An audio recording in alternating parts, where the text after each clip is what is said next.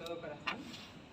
Bueno, quería solamente presentar un poco la mesa. Esta mesa nace de la perplejidad, ¿no? De la auténtica perplejidad de ver cómo sabemos mucho sobre lo que está pasando, sobre esta emergencia climática, sobre la catástrofe que estamos ya viviendo, y no vemos que haya ninguna reacción, ningún cambio, ¿no?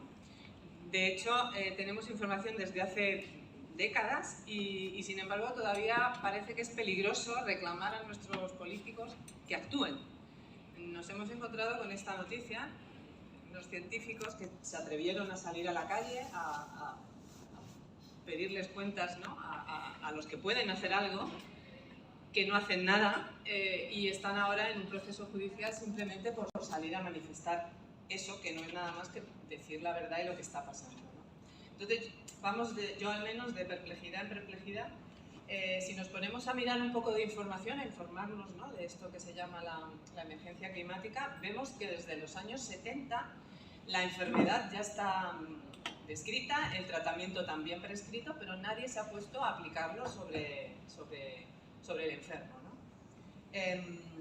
Claro, llegamos al 2023 y el enfermo está en unas condiciones pésimas, ¿no? Y nos encontramos también noticias como la de la semana pasada, en que la organización, la ONU, de Naciones Unidas, que ya no es un grupo de científicos que quieren dar guerra, nos urge a los gobernantes a tomar medidas, pone aquí, ambiciosas, ¿no?, radicales.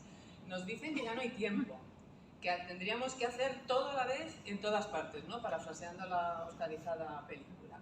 El caso es que llevamos 50 años mareando la perdiz sin hacer nada y ahora, acorde con este informe del grupo IPCC, nos dicen que la ventana para asegurar un futuro habitable se cierra. Claro, se lleva cerrando desde los años 70, claro, ahora ya se nos cierra del todo.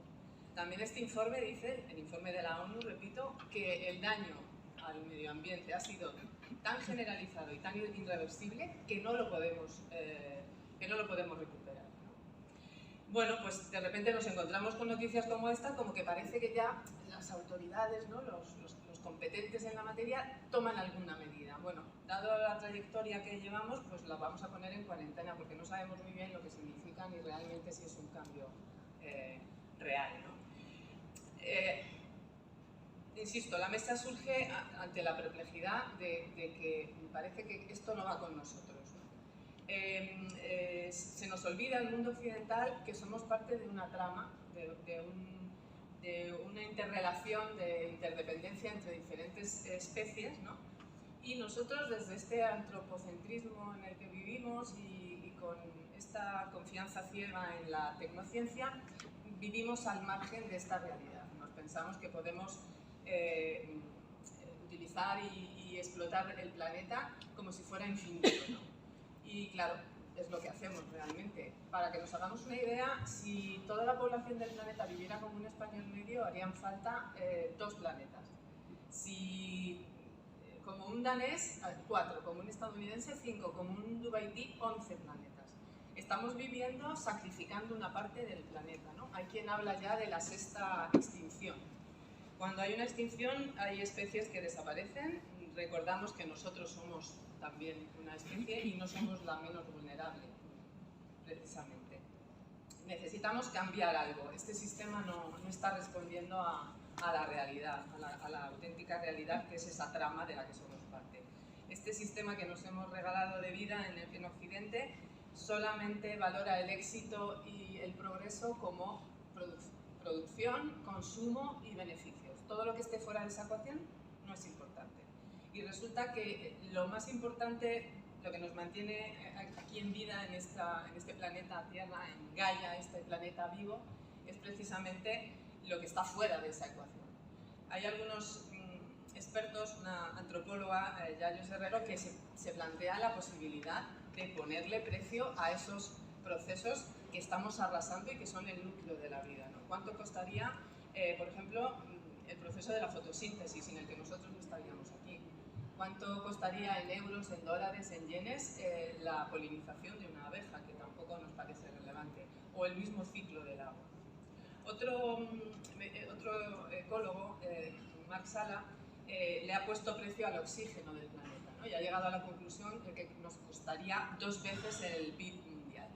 O sea, que nos estamos cargando el núcleo de la vida, los que nos permite la vida, y nos va a salir muy caro, además, si es que estamos para contarlo. Nos preguntamos que para qué, ¿no? ¿Para qué estamos aquí? ¿Para qué esta mesa? ¿Para qué hacer cosas los ciudadanos de a pie? ¿Para qué no usar el coche? ¿Para qué no usar plásticos? Mucha gente dice, pero si esto necesita un cambio sistémico, un cambio estructural, ¿qué más da, no? Mi pequeño gesto diario. Bueno, pues cada uno tendrá su respuesta de para qué lo hace. Yo estoy aquí y la mesa esta se ha creado con plena fe en las palabras de otro sabio, de Eduardo Galeano, que nos decía que mucha gente pequeña, en lugares pequeños, haciendo cosas pequeñas, podían cambiar el mundo. Y ese es el espíritu de esta mesa y por eso nos hemos reunido hoy aquí. Queremos saber lo que podemos saber y queremos hacernos cargo de lo que sabemos. Ya me callo y doy paso a nuestros invitados. La mesa va a ser como en una primera parte, Jorge nos va a poner un poco en antecedentes, si puede Jorge decirnos dónde estamos. Después pasaremos a algo más concreto, donde Emilio nos ilustrará con el potencial medioambiental que tiene Alcobendas y en qué situación se halla también Alcobendas en la emergencia climática, y luego, si tenemos tiempo, nos dedicaremos a ir a qué podemos hacer individualmente o qué hacemos ya en nuestra vida real para colaborar un poco contra esta debacle, ¿no? Así que doy paso a Jorge, lo presento como se merece. A ver, Jorge, bueno, para mí es el intelectual más brillante, más coherente que tiene este país en relación con la pedagogía del problema ecosocial. Llevas 40 años publicando sin parar. Bueno, por cierto, queríamos darle las gracias a la librería El Galeón, que aparte de ser parte de la mesa, ha tenido la amabilidad de traernos varios ejemplares de nuestros 2 invitados, así que si queréis echar un vistazo y adquirir, ahí está, y si hay alguno que no está, ella también os lo encarga. Muchas gracias, Mónica. El Galeón del Paseo de la Chopera. Y sigo con Jorge. Jorge es multidisciplinar, es filólogo, es matemático, es traductor, es ensayista, es editor, es doctor en ciencias políticas y es profesor titular de ética y filosofía política en la Universidad Autónoma. Y además es poeta. Es un trabajador incansable, ya le cedo la palabra porque le tenemos aquí y hay que aprovecharlo.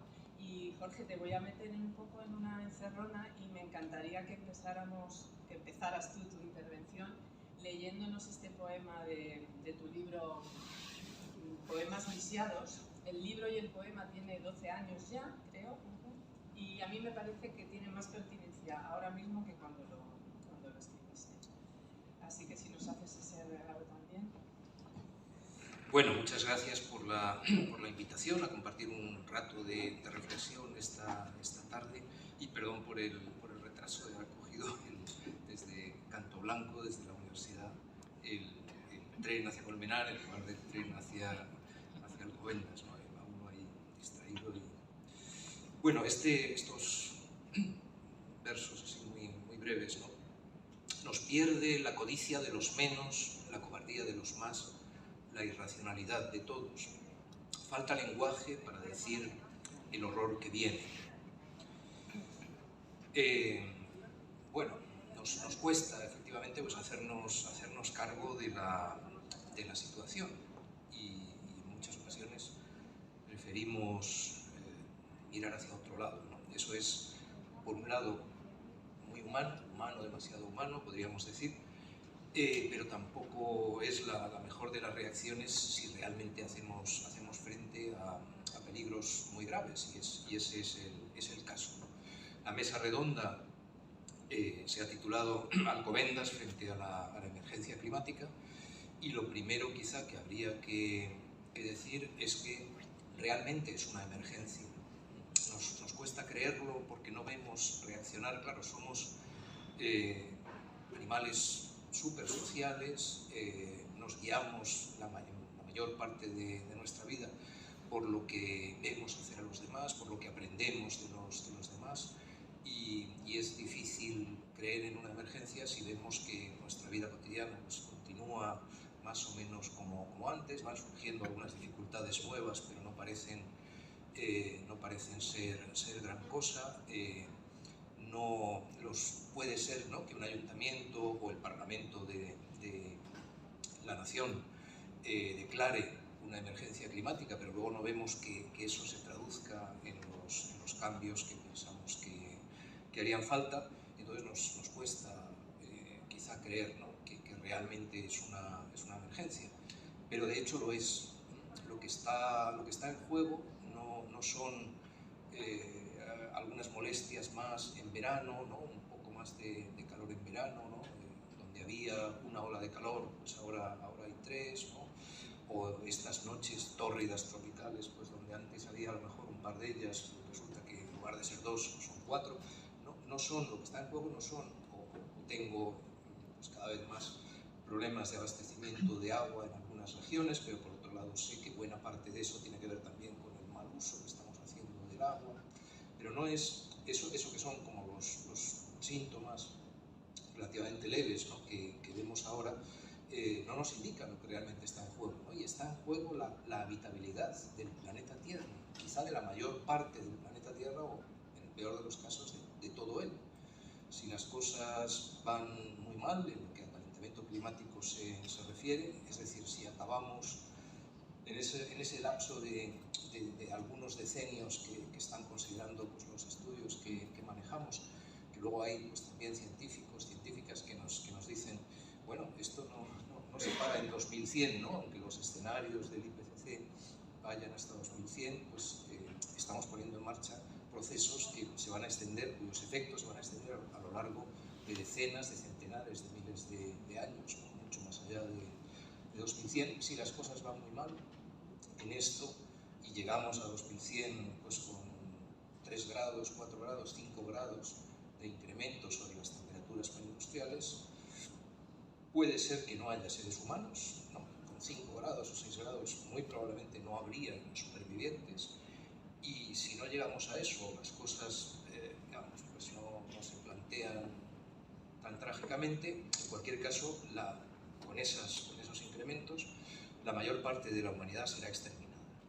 Es así de serio, es así de brutal, ¿no? Esa humanidad que son los nuestros hijos, nuestros nietos, o la gente joven que está ahora mismo aquí. Mis estudiantes, ¿no?, a quienes tenía esta tarde en el aula, pues tienen 20 años más o menos.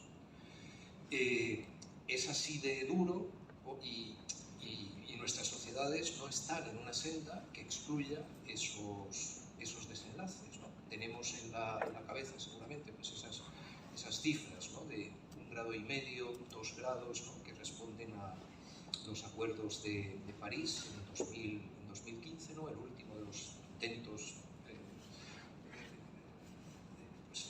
máximo nivel, ¿no?, por encauzar las cosas, y de momento eso es insuficiente, ¿no? Es lo que ha recordado ahora otra vez el 6º informe de evaluación del IPCC, que ha terminado de organizarse y se está haciendo público estos días, ¿no?, al que se refería también Esther ahora, ¿no?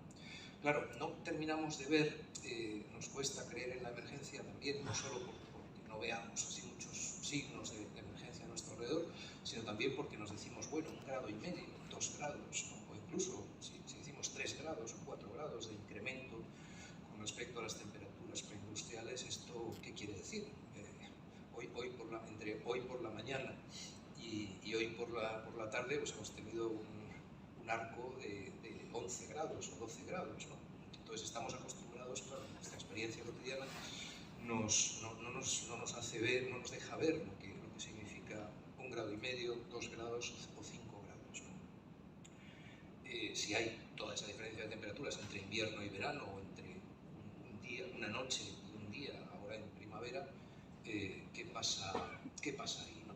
Estamos ya por encima de 1,1 grados con respecto a ese nivel de referencia, ¿no?, de las temperaturas hacia 1850, 1800, en general 1850. Eso quiere decir que ya no hay tanto margen hasta el 1,5 grados, ¿no? De hecho, pues, en fin, es posible que en muy pocos años, en 2030, 2030 o 2030 y muy pocos ya hemos alcanzado ese grado y medio. O sea, tenemos por eso, o sea, esa idea de la ventana de Naciones Unidas, diciendo la ventana para intentar evitar esos escenarios trágicos se nos está cerrando. Podemos llegar a los 2 grados del Acuerdo de París antes de 2050, ¿no? Si seguimos por esta senda.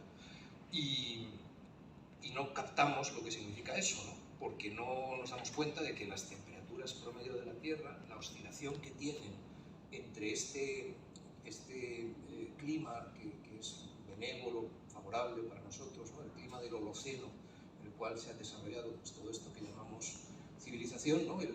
Esa etapa que empieza después del final de la última glaciación, hace unos 20.000 años, hace 20.000 y 12.000 años, se va calentando el planeta mientras terminamos esa fase. Sabéis que en los últimos cientos de miles de años hemos conocido esa alternancia de periodos glaciales e interglaciales, glaciales fríos y interglaciales cálidos. Nosotros estamos ahora en ese periodo cálido del Holoceno que ha seguido, o quizá ya no, este es todo el debate sobre antropoceno y capitaloceno, pero bueno, venimos, todo lo que conocemos y amamos se ha desarrollado en este periodo cálido del Holoceno, que es donde sabemos vivir, ¿no? El mundo habitable que conocemos es el mundo holocénico, y la diferencia que hay entre la Tierra en este modo cálido del Holoceno u otros periodos interglaciales y la Tierra glacial, ¿no? De los periodos glaciales, es de solo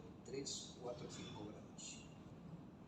Entre 3 y 5 grados es la diferencia que hay entre las temperaturas promedio de la Tierra cálida y la Tierra congelada en la glaciación. Con 3, 4 grados menos estaríamos hace 20.000 años, 30.000 años en medio de una glaciación en la cual casi toda Europa estaba cubierta de hielos, ¿no? Y por eso pues, la península ibérica y el sur de Italia funcionaban como refugios para los animales y los seres humanos que descendían y se refugiaban, ¿no? en estas zonas que no estaban del todo cubiertas de hielos. Si esa es la diferencia que hay, 3 grados menos, 4 grados menos, con una glaciación, pensad lo que puede ser 3 grados más o 4 grados más de calor. Es una tierra infernal, es una tierra infernal. El título de un libro de divulgación sobre este asunto se llama Un planeta inhabitable, David Wallace Wells. Entonces, realmente es una emergencia, ¿no? Esa sería la primera cuestión. Y luego, para complicarnos un poco más la vida, en realidad es solo una parte de una emergencia mucho mayor.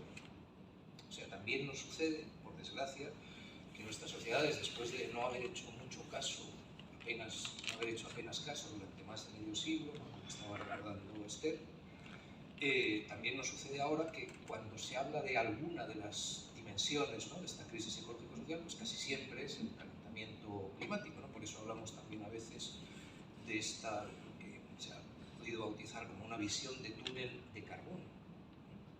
Visión de túnel, pues nos enfocamos solo una parte pequeña del panorama, eso es la visión de túnel, y es pues, ese incremento, ¿no? De los niveles de dióxido de carbono, de metano en la atmósfera y un par de gases más, pero sobre todo dióxido de carbono y metano.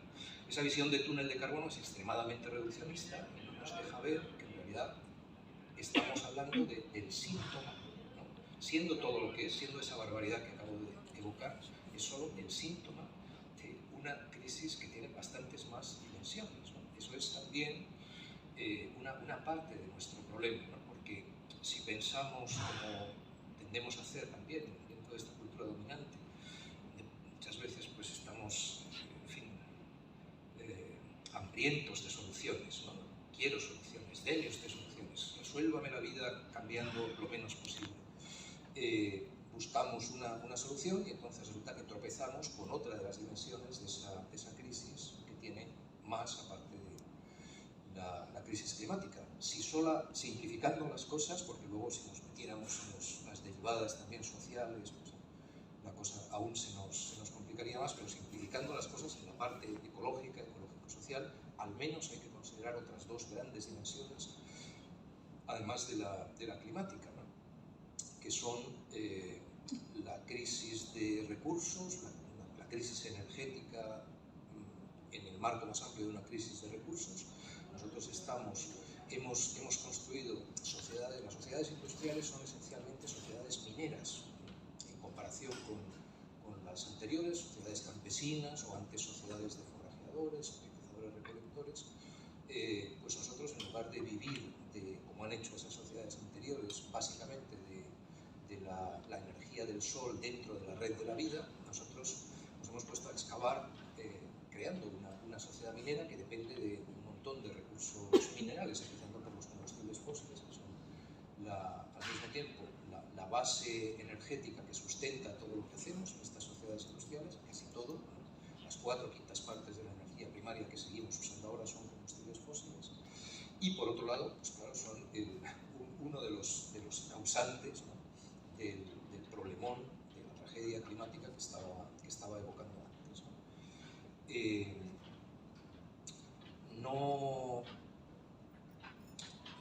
No se trata solo del petróleo, el carbón y el gas natural, ¿no? que son una especie de gran tesoro energético que hemos dilapidado creando esta senda, en fin, encaminándonos por esta senda trágica, sino que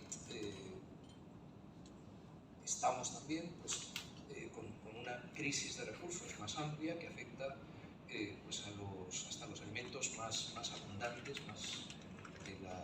más abundantes en la Tierra, ¿no?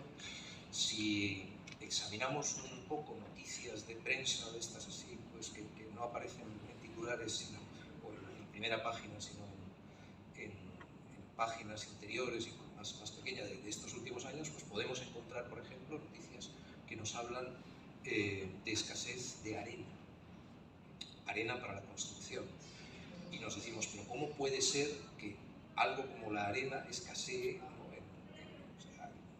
Habiendo toda la arena que hay, ¿cómo puede escasear, ¿no? Claro, no es cualquier arena, es la arena necesaria para esas tareas de construcción, pues no puede ser cualquiera, los granos tienen que tener ciertas características, no pueden ser demasiado perfectos y redondeados, pero el hecho es que al final hay cargueros arrastrando toneladas de arena de un lugar a otro del planeta porque localmente escasea la arena. O el agua dulce, el agua potable de calidad, pues también empieza en muchos lugares es otra de esas dimensiones de esta crisis de recursos, de esta crisis de escasez.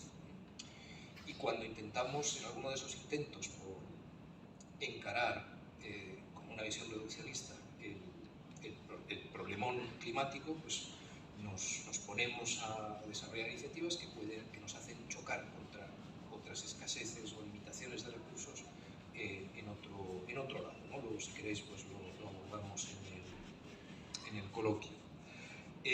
Entonces, crisis climática, pero también esa crisis energética y de recursos, y la más importante de esas tres grandes dimensiones es la que vemos menos, pero la que, si tuviéramos una perspectiva más planetaria, más global y más de largo plazo, pues sería probablemente la peor de las tres, que es el desgarro en la red de la vida que estamos causando, ¿no? Esa sexta gran extinción a la que se refería Esther. Si decimos sexta gran extinción, pues es porque ha habido 5 mega extinciones anteriores en la historia de la Tierra, ¿no? Y esas son efectivamente pues, las que han identificado los paleontólogos, las paleontólogas, ¿no? Los biólogos evolutivos en el curso de la vida del planeta Tierra, ¿no? De la biografía de la Tierra. Pues ha habido efectivamente 5 que tengamos bien estudiados, pues 5 grandes episodios traumáticos de destrucción de vida, ¿no? El más famoso, el más conocido de los cuales es el anterior a este, el quinto, ¿no? Porque fue ahí cuando desaparecieron esos animales tan populares que son los dinosaurios. Entonces ese nos llama mucho más la atención, lo tenemos más presente, ¿no? Hace unos 65 millones de años. En ese caso sabemos que fue el impacto de un cuerpo exterior contra la Tierra, ¿no? En una zona de Yucatán, de la península de Yucatán, el golpe traumático automático, digamos, que puso en marcha luego también pues, una serie de procesos geológicos y biológicos que al final acabaron en esta quinta gran extinción. Nosotros estamos funcionando, ¿no? El funcionamiento ordinario de nuestras sociedades está causando un efecto parecido a ese, o sea, como si fuéramos una especie de gran asteroide chocando contra la Tierra y poniendo en marcha toda esa devastación. Entonces, no es solo la crisis, no es solo la emergencia climática, que efectivamente es una emergencia, sino que tenemos también esas otras dimensiones, otras emergencias que nos complican la vida todavía más, ¿no? Y hay pues una gran desproporción, ¿no? Entre muchos aspectos, y yo creo que ese es uno de los rasgos del mundo en el que estamos, de muchas formas, ¿no? Hay una gran desproporción, por ejemplo, entre pensad lo que son el hecho así tremendo de que, centrándonos en calentamiento climático y centrándonos en estas emisiones de dióxido de carbono y de metano, solo desde 1990, que es el año en que se hace público el primero de los informes de evaluación del IPCC, y por tanto todo el tiempo que viene después, 1990, o si queréis 1992, que es el año de la cumbre de Río, del tratado internacional que se acuerda en la cumbre de Río para hacer frente al calentamiento global.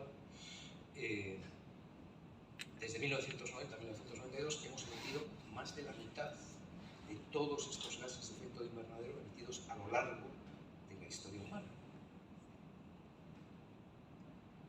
30 años, hace 30 años, ¿no?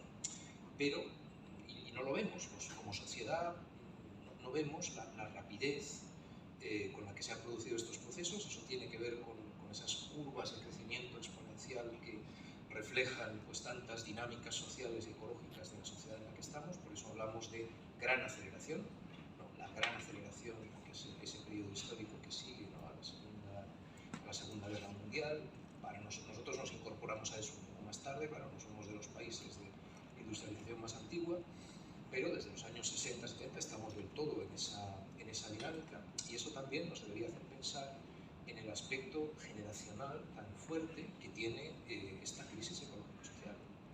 Si desde 1990 hemos emitido más de la mitad, y si en un país como el nuestro estamos hablando de incorporarnos a esa gran aceleración desde 1960 a 1970, eso quiere decir que hemos sido dos generaciones las que hemos causado este desaguisado, cuyos efectos van a seguir en el tiempo durante cientos de generaciones, suponiendo que haya seres humanos más allá de esta fase de crisis en la que nos encontramos, ¿no? Por ese riesgo de extinción también, que ni siquiera eso puede excluirse del todo, ¿no? Entonces, bueno, auténtica emergencia, una emergencia que no es solo climática, sino que tiene más dimensiones, un tiempo limitado para actuar, esa cuestión de conflicto que tiene muchas dimensiones, acabo de evocar una, generacional, pero también es social, y según los países que miremos, pues también encontraríamos una brecha de género importante en la contribución, ¿no? a los distintos elementos de esta crisis. Y con esto, bueno, pues dos ideas más, y el resto pues ya lo podemos abordar después en el coloquio. Con esto, una necesidad de actuación a esos niveles, ¿no? Como decía también Esther, sistémicos, pues que nos cuesta encarar, porque ¿qué necesitaríamos, qué tipo de respuestas necesitaríamos que estuvieran a la altura, ¿no? Tenemos esa gran desproporción, ¿no? entre lo que estamos haciendo ahora y lo que deberíamos hacer, ¿no? entre la contribución que han tenido apenas un par de generaciones o 3 o 4 generaciones en países de industrialización más antigua, y el resto de los seres humanos que nos han precedido y los que deseamos que nos sucedan. Dentro de esa gran desproporción, ¿qué tipo de acciones necesitaríamos? Pues lo más difícil, el núcleo duro de este problemón, de esta tragedia, lo que todavía no acabamos de asumir como sociedad, es que sí que necesitamos, claro, pues una transición ecológica, ¿no? Bueno, podemos pensar que eso ya está en marcha. Al fin y al cabo tenemos un Ministerio de Transición Ecológica, hay otras instituciones pues, que están, ¿no? Se ha creado en 1988, se creó el IPCC, que ha estado haciendo su trabajo desde entonces, todo este grupo de científicos, de investigadoras.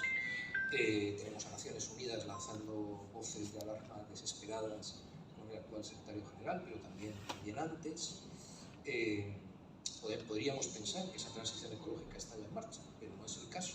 No es el caso. Estamos haciendo muy poco en comparación con lo que necesitaríamos, ¿no? Necesitamos, por ejemplo, una transición energética, o sea, la mayor parte de los combustibles fósiles que están todavía disponibles tendríamos que ser capaces de no usarlos, ¿no? De dejarlos bajo tierra, para que habría también una cuestión de justicia intergeneracional muy fuerte. O sea, eso es como un tesoro fósil, y otro de los rasgos así tremendos del asunto es que cómo se nos puede ocurrir que es justo, de alguna manera, el que 2, 4, 5 generaciones agoten ese tesoro fósil, ¿no?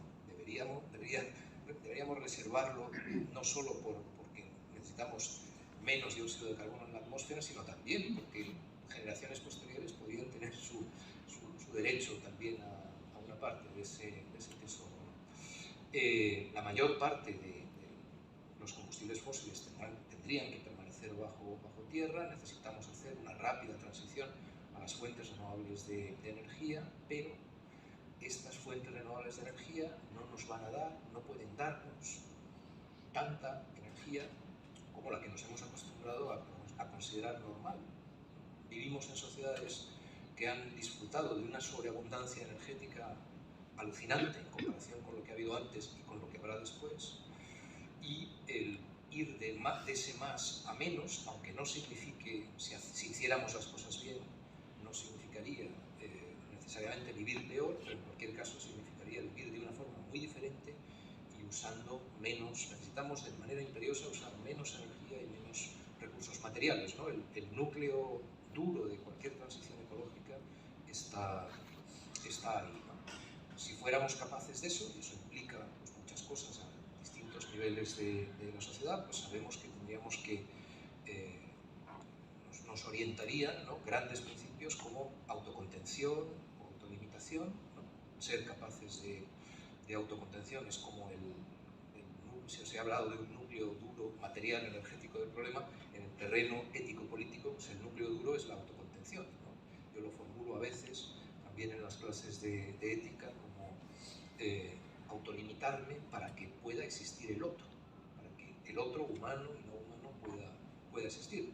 Sin esos elementos de autolimitación no iremos a ninguna parte, y eso nos afecta especialmente a la gente que vivimos en el norte global, porque hay también responsabilidades, como dice este lema, ¿no? Este principio importante acordado en las negociaciones internacionales sobre clima. Hay responsabilidades comunes pero diferenciadas, ¿no? Por norte-sur, clases sociales, países en el centro y en la periferia, edades también, la cuestión generacional. Necesitamos hacernos cargo de eso y ser capaces de esos principios de autolimitación, autocontención. Necesitamos también otro principio muy importante, pues sería el de biomímesis. Necesitamos reconstruir nuestros sistemas urbanos, agrarios, ¿no? Los sistemas humanos que hemos formado, de los que dependemos también, deberían funcionar de la forma lo más parecida posible a como lo hacen los ecosistemas, ¿no? Ese es el núcleo de la noción de biomímesis, ¿no? Esa transición ecológica tendría que tener pues, esa dimensión de biomimética, ¿no? De reinserción en la naturaleza, de reinserción de los sistemas humanos en los sistemas naturales, ¿no? Y ahí están también, en un nivel ya pues, más local, y con eso pues, conecto con lo que seguro que vamos a seguir discutiendo ahora en la mesa, un nivel más local necesitamos pueblos y ciudades que sepan también acoger mucha más naturaleza, ¿no? Ahí están las propuestas de renaturalización urbana, agraria y en general, todo el debate que a veces se sitúa bajo esta palabra en inglés que también se emplea de rewilding, pero bueno, renaturalización. Tenemos algunos buenos ejemplos cerca, ¿no? El caso del río Manzanares en la ciudad de Madrid, que es una minucia, pero es muy inspiradora. Eso tendría que ser como una minucia dentro de una política general que fuera por ese camino, ¿no? Y eso, bueno, pues implica, claro, cambios también, ¿no? En nuestros pueblos y ciudades que en realidad conducirían, si hiciéramos las cosas medio bien, conducirían a vivir mejor en nuestros pueblos y ciudades, a una mejor calidad de vida, a menos enfermedades vinculadas con lo más obvio, pues es la calidad del aire, que no es lo único que nos está dañando ahora en estos entornos. Bien, y ahí, pues, a la hora de pensar en Alcobendas y calentamiento global, pues habría también sendas para caminar. Bueno, yo con estas pocas ideas pues lo dejo de momento ahí y luego ya, si queréis, en el coloquio retomamos algunas de estas ideas, algunos de estos caminos. No sé si queréis hacer alguna pregunta ahora o lo dejamos para después. Vale. Bueno, pues... Pero me gustaría acabar tu intervención con otro poema tuyo, de tu último libro, de En el fondo del valle ha muerto Jorge Richman, y es un pequeñito poema, es casi un haiku, no sé si nos lo puedes leer como es. Bueno, es un fragmento del poema. Una parte, Del poema. una parte larga. Ahí empiezo diciendo: no merecemos mudar de tierra. Bueno, Creo que es verdad. pero podemos hacer un esfuerzo para merecerlo también. Bueno, pues pasamos de la planeta Tierra a nuestra tierra, ¿no? A nuestra ciudad, Alcobendas, que es lo que da nombre a nuestra mesa. Todos sabemos que las grandes ciudades están enfermas, y lo que pasa es que los que enfermamos somos nosotros, claro, los habitantes, ¿no? Hay muchos estudios, lo ha mencionado también ahora Jorge, ¿no?, de cómo afecta el maltrato medioambiental en la salud de los humanos, ¿no? Aquí he traído un ejemplo del Instituto de Salud Carlos III, que nos dice, han hecho un estudio sobre las hospitalizaciones en Madrid y llegan a la conclusión de que 14.000 ingresos son debidos directamente a la contaminación medioambiental. Nos interesa que nuestras ciudades evolucionen hacia algo un poco más saludable. Los que vivimos en Alcobendas desde hace muchísimos años, o los que sois de aquí, sabéis que Alcobendas era una ciudad mucho más amable, ¿no? Tenía unas dimensiones más humanas, la calidad de vida era superior porque teníamos mejor calidad de aire, teníamos una ciudad más tranquila, silenciosa. Bueno, con la ampliación de la ciudad han llegado los problemas de una ciudad grande. Nuestra ciudad está enferma, aguantamos atascos de salida y de entrada, el aire, la calidad del aire ha empeorado claramente y ya no es tan agradable pasear por las calles de Alcobendas. Así que nuestra ciudad está enferma y nos tenemos que plantear cómo ayudar a que mejore o al menos a que no enferme más. Para eso es fundamental entender el concepto que hemos dicho antes de ser parte de una red, de una biodiversidad, y entender cuál es el potencial de Alcobendas desde un punto de vista medioambiental. Para eso nos va a ilustrar Emilio. Emilio Blanco es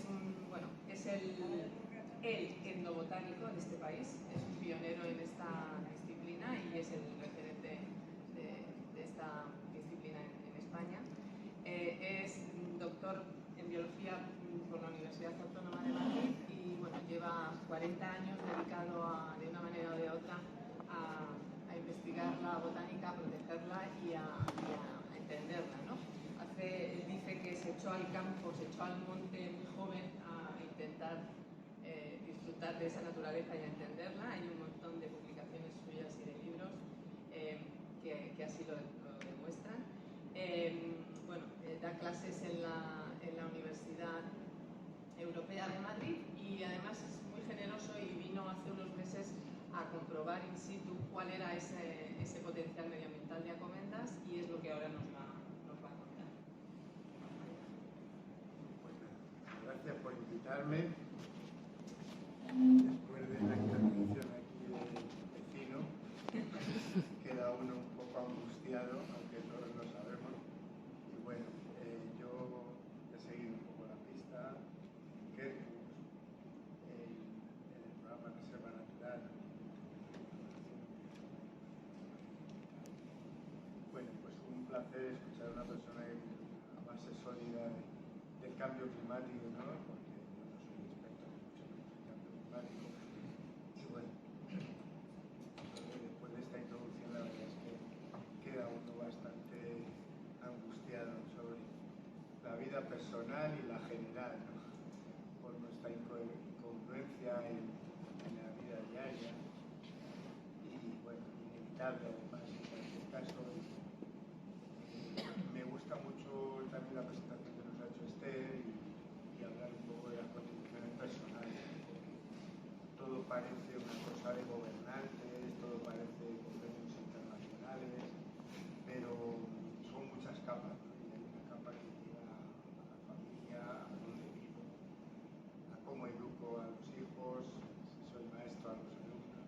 O sea que sí que es verdad que se puede contribuir mucho en círculos cercanos, pero podemos caer en la sensación de incongruencia que pues, todos tenemos, ¿no? Porque vivimos en una urbanización, se ha destruido un encinar para hacer esa urbanización, ahora queremos que se salve lo de al lado, pero a mí que no me toque mi vida. Entonces, bueno, todos estamos inmersos en esta incongruencia total. Yo, bueno, lo que puedo aportar aquí es relativo a las plantas y estoy dispuesto a lo que queráis preguntar en relación con las plantas. También tengo una sensación de un poco de cómo ha cambiado la vida, ¿no? Desde que uno era niño y mismamente uno se enfrenta a la primavera esta que vamos a tener ya mismo y está uno soñando con el mes de abril que empieza mañana o pasado mañana.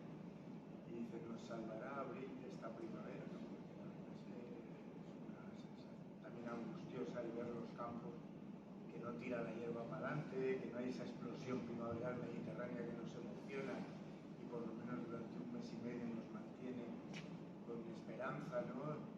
Y este año, de momento, ni siquiera eso. Entonces, bueno, la nieve, yo soy muy aficionado a la montaña y a la nieve. De hecho, me aficioné a la naturaleza y a las plantas por ir de excursión, como ha comentado. Y también la sensación esta angustiosa de que nieva y te anima, y a la semana no puedes salir esa semana, vas a salir a la siguiente y ya no. ¿Me pego más? Vas a salir a la siguiente semana y ya es que no hay nieve o estás en una sensación. Entonces, bueno, vivo lo que todos vivimos y como un ciudadano más, pues puedo opinar sobre el cambio climático, pero poco más realmente. Bueno, pues voy a comentar algunas cosas, quizá algunos comentarios relacionados a la estupenda exposición que nos ha hecho Jorge, y luego pues os comento algo de mi visión sobre las plantas, ¿no? Me interesa también la botánica social, en el sentido de que hacemos nuestros trabajos sesudos y publicamos, pero uno no se implica en la sociedad, ¿no? Entonces, cuando me llamó Ana también para otra cosa similar en Montegancedo, en Pozuelo, a raíz de la cual conocí a Esther, pues uno dice, pues es que estoy obligado a aportar mi pequeño granito de arena en esta y por lo menos aportar algo en la botánica social, porque toda profesión tiene unas implicaciones políticas y sociales, ¿no? Y estamos obligados a implicarnos también en la sociedad. Bueno, pues dicho esto, yo no he preparado mucho, pero voy primero a comentar alguna cosa en relación a lo que ha comentado Jorge, que me ha parecido estupendo. Ya he comentado el tema de la incongruencia personal, de la que no nos salvamos ninguno, y uno dice que siente bastante vergüenza de que su aportación, a lo mejor por la boca es muy grande, pero luego su aportación de dime cómo eres y cómo vives y te diré cómo eres, en realidad pues es así,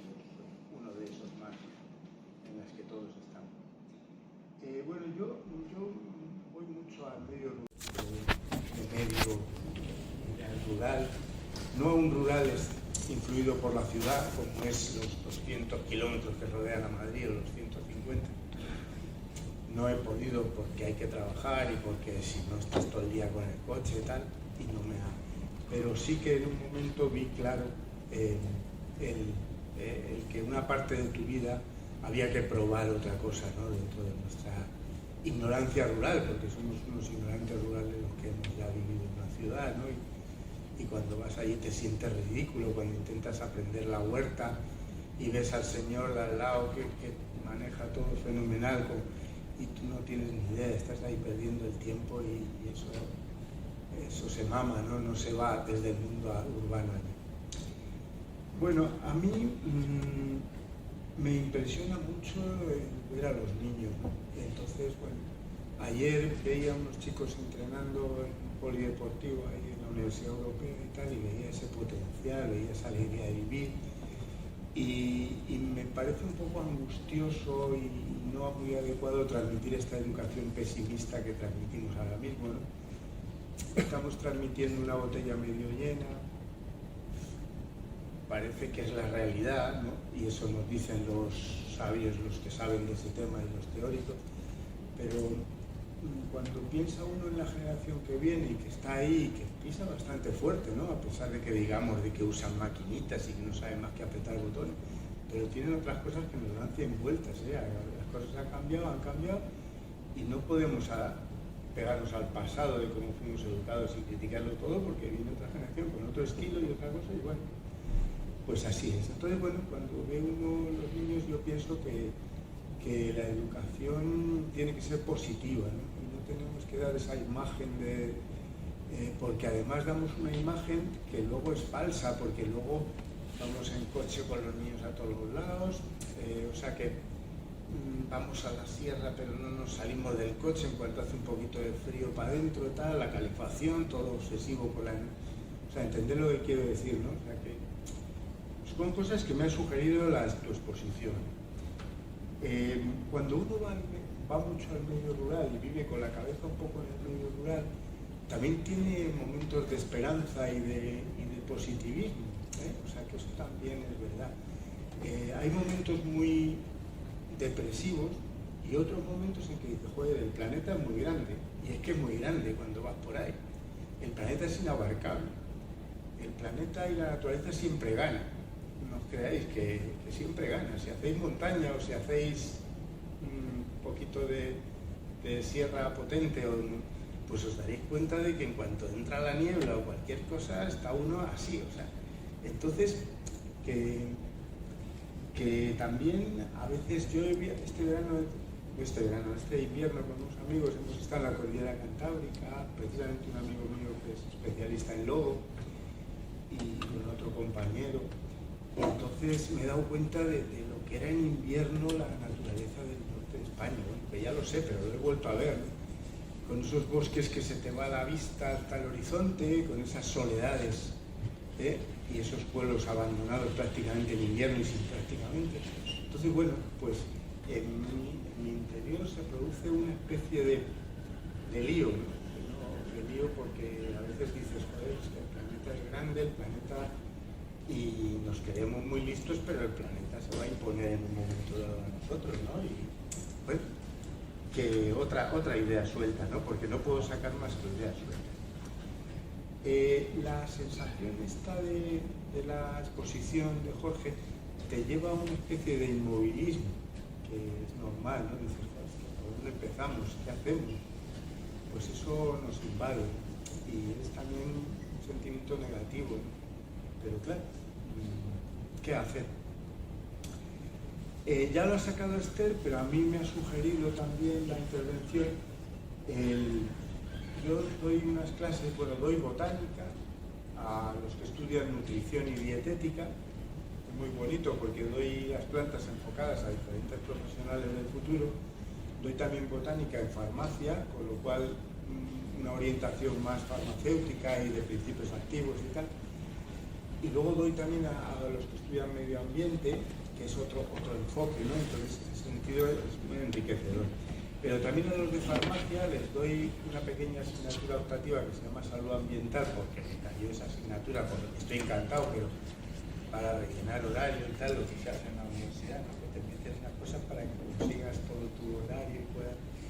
Pero me resulta apasionante, ¿no? En esta salud ambiental intenta uno transmitir a los farmacéuticos algunas ideas de ecología, de medio ambiente y tal, y hablamos mucho de las enfermedades ambientales. Acaba de tocar mucho Esther y bueno, deciros que aunque solo fuera pensando egoístamente en el ser humano, aunque solo fuera eso, tenemos que tener muchísimo cuidado, ¿no? Porque sabéis que las enfermedades ambientales a todos los niveles, de todo lo que usamos diariamente, de los cosméticos, pues están ahí y hay buena gente, expertos del nivel de Jorge, pero en salud ambiental, que nos están diciendo muchas cosas, ¿no?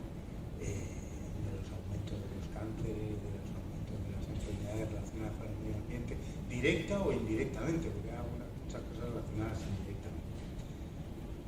Bueno, pues otro tema que me ha sugerido suelto, de estos que estoy soltando, yo como persona que vive mucho el paisaje, que vive mucho el medio rural y que vive mucho la naturaleza, estoy muy afectado también por el impacto de las energías alternativas, ¿no? De las energías fotovoltaicas y las energías eólicas. Entonces soy de ese sector de población naturalista o tal, ecologista, que no ve muy claro estos arrases de las cumbres de las montañas, no ve nada claro.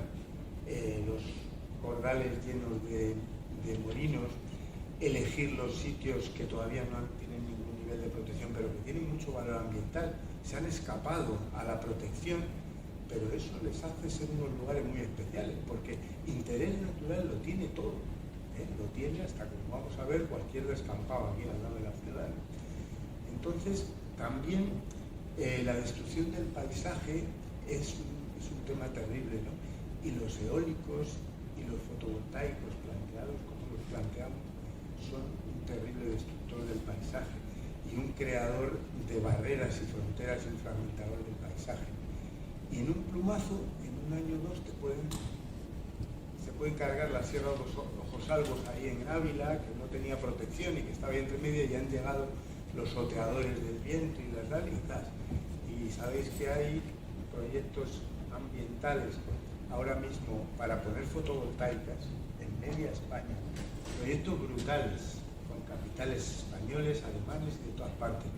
Proyectos además que se las saben todas y que piden no sé cuantísimas hectáreas para que el Ministerio de Medio Ambiente se asuste y diga no, pero te damos hasta aquí, pero es que ellos querían hasta aquí nada más.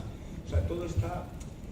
Entonces, bueno, pues también hay que considerar ese factor, ¿no? O sea, que yo creo que es más importante lo que ha comentado de bajar nuestro gasto de energía, de ser más humilde, de nuestras necesidades de recursos naturales, porque lo de querer energía gratuita y tal a costa del paisaje, yo no lo veo nada claro, no lo veo nada claro. Ahora, que me digas que se ponen al lado de las autovías en un paisaje que ya está humanizado y está urbano, aunque no tengan tanto viento, pero como hay algunos parques eólicos cerca de las autovías, o que se ponen ahí en Benidorm, al lado del gran Benidorm, ahí en el mar, que eso no desentonan, porque es tecnológico y está bien, ¿no? O sea que es un peligro esto de las energías renovables como un factor destructor del paisaje, y se ve bien desde el medio urbano, porque hay el hombre urbano que se cree que no existe más que la comunidad urbana, y hay el hombre rural y hay el híbrido intermedio, ¿no? Y hay muchas cosas más de la mujer. Bueno, pues nada, era muy sugerente todo lo que ha comentado, entonces, bueno, que encantado de aprender aquí con vosotros. Me apetece preguntarte, antes de contar yo lo mío de los carriles y eso muy brevemente, sobre el control de poblaciones, tus opiniones sobre... Porque todo esto nos lleva al control de la población, o sea, claramente cuando uno ve el planeta de noche se da cuenta de lo que es la luz de las ciudades y cómo se ha ido creciendo y cómo los puntos de luz están ya casi conectados en grandes, en continentes más desarrollados o más favorecidos. Entonces, bueno, pues los teóricos de la ecología y tal nos hablan claramente de que el control de la población es la única solución a este futuro. Entonces, eso sí que me apetece preguntarte lo dado la exposición que nos has hecho. Después el coloquio. Sí, cuando tú quieras. Sí. Ahí queda porque me parece. Vale, muy bien. Bueno, pues, ¿qué pasa? Que yo, ya digo, humildemente, y no por humildad, como dice Esther, sino por la humildad real, la que tenemos que tener todos, porque es que todos tenemos que ser muy humildes, porque puedes poner aquí el listón, pero puedes poner aquí, donde quieras, pero está claro que el listón, contra más bajo, mejor, porque siempre hay gente que sabe muchísimo más. Os diré que en la línea en la que vamos en botánica, bueno, las plantas son un reflejo clarísimo del cambio climático y de la emergencia climática. Se pueden observar en la vida de una persona y en 20 años cómo la situación está cambiando. Se puede observar cómo están subiendo los pisos de vegetación en la montaña. Se puede observar cómo las plantas térmicas del sur han subido hacia el norte y ya hay cosas que no estaban más que de todo para abajo. Esto es una realidad total. Y son un buen reflejo porque no se mueven, siempre están ahí, interaccionan con el medio de una manera muy distinta a los animales. En la línea en la que nos movemos, de esta botánica social, pensamos que las ciudades, las concentraciones urbanas, están desaprovechando unos recursos gratuitos que tienen. Y me estoy refiriendo a lo que queda entre las construcciones, los parques al uso gastando energía, parques normales, jardines normales. Entonces, todo eso deja unos huecos en el medio urbano, deja unos alcorques, deja unos paseos, deja unos corredores, deja unos descampados, porque esa zona no se ha construido nunca por la propiedad de la tierra o por lo que sea, por circunstancias tal, y entonces deja ahí una especie de rosario de lugares silvestres que hoy en día cobran un valor enorme. Hoy en día los lugares silvestres que se automantienen y lo que antes llamábamos esto es un trozo de campo en plan despectivo, pues eso tiene mucho valor, y tiene mucho valor en el contexto de una ciudad como Madrid y lo que es la periurbana, ¿no? La ciudad de Madrid y todas sus ciudades satélite. Bueno, pues en esa línea estamos viendo que y otros países se han dado cuenta antes que nosotros, de que estamos desaprovechando un recurso para conservar la biodiversidad. Y en esa renaturalización que hablábamos, empieza por mantener esos lugares y valorarlos. Y aparte de que nuestra red de parques urbanos convencionales, podríamos tener una red de espacios naturales y de trozos de campo que, mantenidos bien limpios, con vigilancia para que no los prendan de fuego, de alguna manera, limpios de basura, pues podrían ser unos espacios verdes muy útiles, ¿no?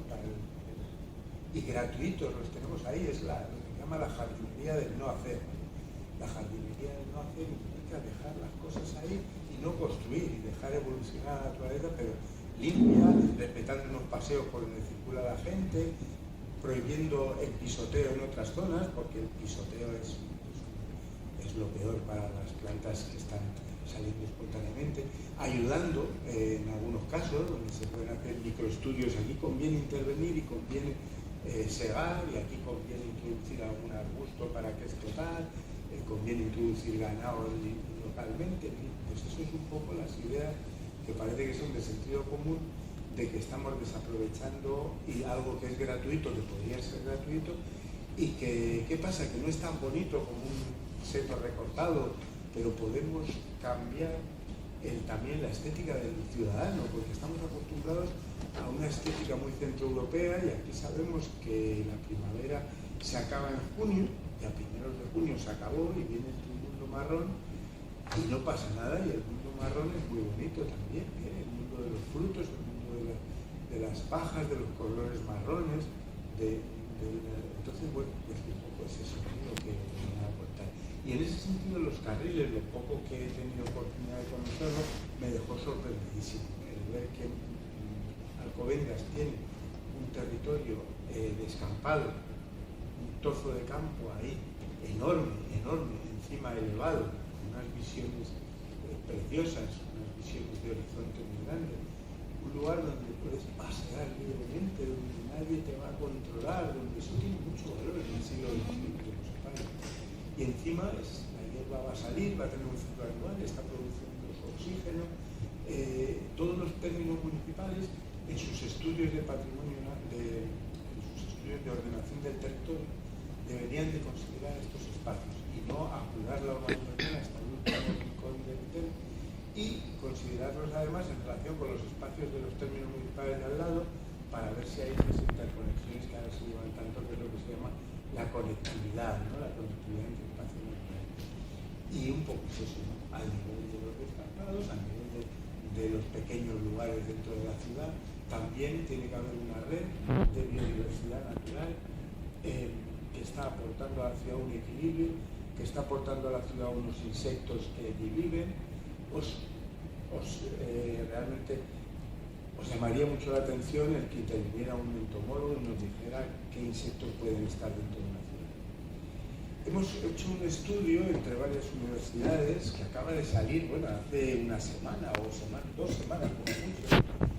Es un estudio de flora urbana que ha promocionado el ayuntamiento, un poquito lavado de cara. Yo no he estado muy de acuerdo con este tipo de publicación tan lujosa y que al final se ha hecho, pero había un congreso de jardines de Madrid y han echado aquí el resto en un libro que es totalmente antiecológico, para intentar tratar de un tema que es lo que os estoy contando en su vida junta. Aquí han intervenido botánicos de varias universidades y gente que está implicada un poquito en la biodiversidad urbana, que por cierto ha tomado mucho carácter y ahora hay muchos biólogos trabajando y ambientalistas trabajando en biodiversidad urbana. La ciudad a todos los niveles es un experimento, como sabéis, biológico, ¿no? Es un experimento porque ahí están interaccionando los seres vivos, parece que no, ¿no? Y estás viendo qué plantas se adaptan, cuáles soportan, cómo es la competencia entre esas plantas, cuáles resisten la contaminación, cuáles quedan fuera. Es un experimento, un verdadero experimento. Entonces, bueno, pues aquí se ha hecho un inventario de Madrid ciudad y se ha hecho una propuesta de mantenimiento de la biodiversidad, de estos espacios que llamamos descampados, y bueno, y se ha hecho una reflexión, ¿no? Una reflexión inacabada sobre lo que es la naturaleza urbana desde el punto de vista vegetal, en este caso. Entonces, bueno, pues es un poco lo que yo os quería contar, ¿no? Pienso que hay hueco también para la naturaleza silvestre en la ciudad. Pienso que esto es delicado y tiene que tener consenso. Pienso que tiene unos problemas, como es el fuego, como es el gamberrismo, como es la suciedad, las ratas, etc. La gente siempre ha comprendido que estos lugares son lugares para tirar la basura, los escombros por la noche. Antes cambiar el aceite de los coches también, recordad, cuando era muy chaval. Pero esto tiene que cambiar y ya ha cambiado, ¿no? Y bueno, cambian las leyes, pero también tiene que cambiar la mentalidad del ciudadano. Y se puede. Es muy difícil porque, ya sabéis, cada cerebro es un mundo y somos muchísimos habitantes. Es muy difícil difundir las ideas ecológicas porque en el fondo la gente que quiere vivir bien, tener su coche, ir a cualquier sitio, que vengan vacaciones, tener para gasolina, es una vida tan superficial, tan sumamente material, ¿no? Que también el cambio influye en lo espiritual, no estoy diciendo religiosos, sino en lo no material del ser humano, ¿no? Y hay que potenciar los valores no materiales, porque realmente vivimos una vida muy aplastante. Y es terrible, ¿no? Cuando veo la gente, y todos además hablamos de los ciudadanos en tercera persona, hablamos, es que los ciudadanos siempre son buenos, es así, es impersonal, y es que yo soy un ciudadano, es que todos somos ciudadanos, es que yo creo creo que la culpa la tenemos los ciudadanos en todo, por nuestra manera de elegir a nuestros representantes, por nuestra manera de vivir y por nuestra manera de consumo brutal y de materialismo absoluto. Y ya está. Gracias. Creo que se merece una pausa todo.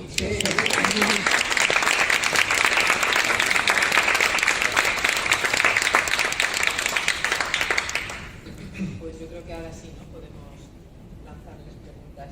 Porque a mí se me ocurre una primera, Emilio. Estás diciendo que tiene mucho valor y lo podrías concretar un poco más. Sí, cuando hablamos de valor, no creáis que es un valor, digamos, un lugar natural, no, es valor en su contexto. Estos descampados tienen normalmente plantas vulgares, a veces no tanto, pero entonces es un valor que hay que considerar en la escala en la que están. O sea, todo esto cobra mucho valor dentro del medio urbano, en el interior del medio urbano. Entonces, es un valor en cuanto a, no lo puedes comparar con la naturaleza o con lo que os he contado de la cordillera cantábrica, ni con la Sierra de Guadarrama, ni con nada, ni con un espacio natural protegido, no se puede comparar. Pero es un valor en cuanto a su lugar, dónde está, geográficamente, dónde está anclado ese enclave. Entonces, los campos silvestres, en los trocitos de naturaleza, tienen mucho valor en un entorno urbano o periurbano. Eso es un poco lo que quería decir. Concretar, si te viene un botánico, un entomólogo o tal, todos te vamos a decir una lista de plantas, te vamos a meter en las comunidades, en los hábitats europeos, algunos protegidos incluso, aunque tampoco tienen un gran valor, pero están ahí protegidos por lo que sea, te vamos a meter las cosas. O sea que si se trata de forzar la situación, todo tiene valor, como os he dicho, pero también hay que ser objetivo. Es un valor en cuanto al lugar en el que estamos hablando, de ese entorno.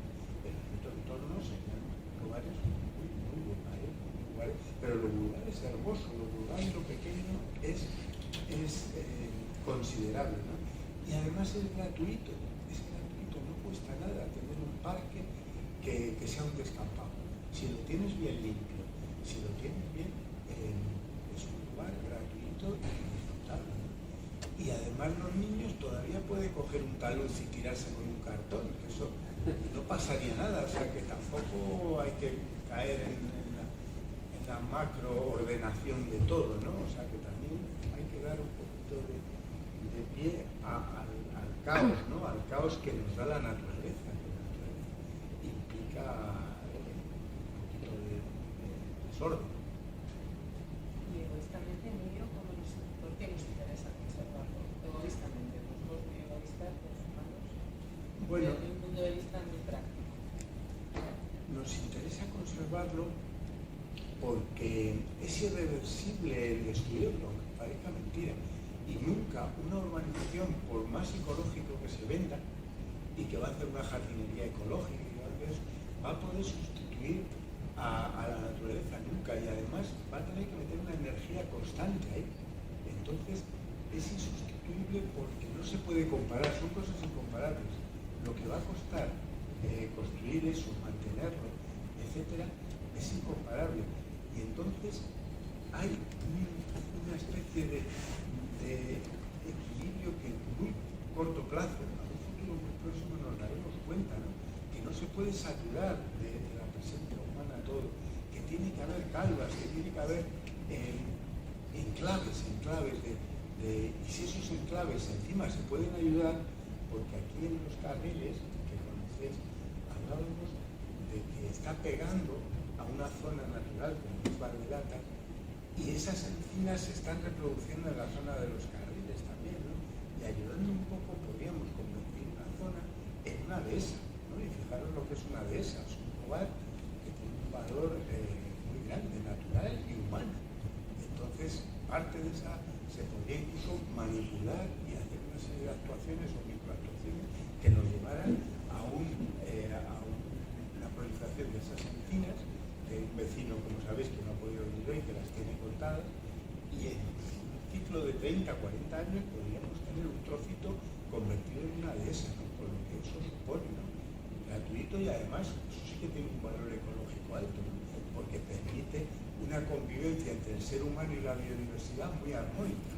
En ese sentido, tener una dehesa en un término municipal como Alcobendas sería una cosa muy interesante y más unida a el término y al bosque de Vallenata. No sé si... Por añadir algo ahí, necesitamos recuperar naturaleza, más naturaleza, no menos, ¿no? O sea, en este mundo real en el que nos encontramos ahora, en 2023, ¿no? Con ese tipo de emergencias que estábamos describiendo antes, nos hace falta no continuar ese movimiento de expansión humana, sino ser capaces, insisto, autolimitación, en algunos momentos de dar un paso atrás, ¿no? Admiramos, lo evocaba también ahora Emilio, admiramos esos espacios protegidos que nos impresionan, ¿no? La belleza de las montañas, por ejemplo. Yo vivo en Cercedilla, en la Sierra de Guadarrama, y he pasado pues, una parte de mi vida considerable por allá, ¿no? Pero esos, y bueno, no entramos ahora en la problemática concreta, ¿no? de este parque de las cumbres de la Sierra de Guadarrama, ahí con ese troceado de territorio que han hecho tan singular, ¿no? Con la presión humana que tiene enorme. Pero lo que quiero decir es que esos lugares especialmente protegidos, ¿no? Los parques nacionales, los parques naturales, todas las figuras, diferentes figuras de protección, necesitan que el resto del territorio no sea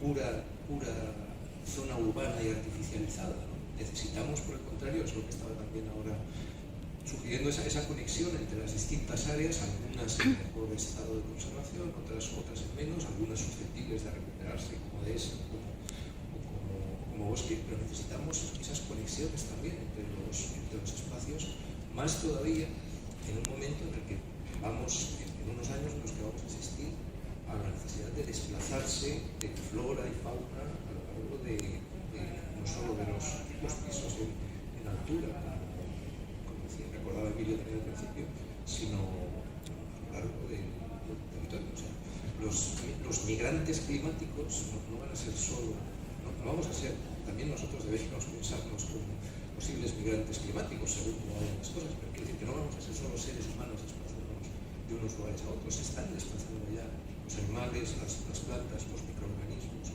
los habitantes del mar. Eso va a haber un gran movimiento de especies a lo largo de los espacios en el siglo XXI, y para eso necesitamos también que esos espacios estén conectados. Y luego ciudades agradables, núcleos urbanos agradables, liberan a la naturaleza. O sea, hay muchas personas que no necesitan de la naturaleza más que, pues, entonces si lo tienen cerca, si tienen aquí en Alcobendas un lugar, un trozo de campo, pues es que a lo mejor cubre tus propias necesidades, ¿no? Entonces estamos liberando al medio natural, y de verdad que este país lo que le ha salvado hasta ahora ha sido la falta de fragmentación. O sea, se acababa la ciudad y se acababa, ¿no?